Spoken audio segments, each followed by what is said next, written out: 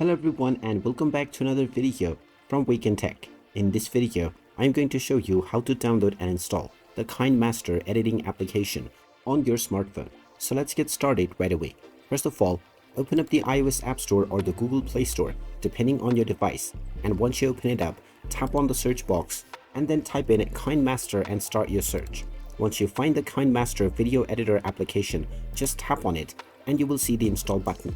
Tap on the install button and this will begin the download and installation of the KineMaster video editing application on your device. Just wait for a while until the installation is completed, and once it is done, you will see the open button which you can tap on in order to open up the application. And once you open up the application, you can proceed forward to logging in to your existing account or sign up to create a new one in order to start using the KineMaster application on your device right away.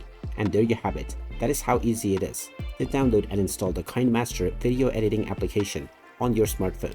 If you find this video helpful, make sure you hit that like button and subscribe to our channel if you haven't done so already. Also ring that notification bell to never miss another update from us. Thank you for watching, and I will see you again in the next video.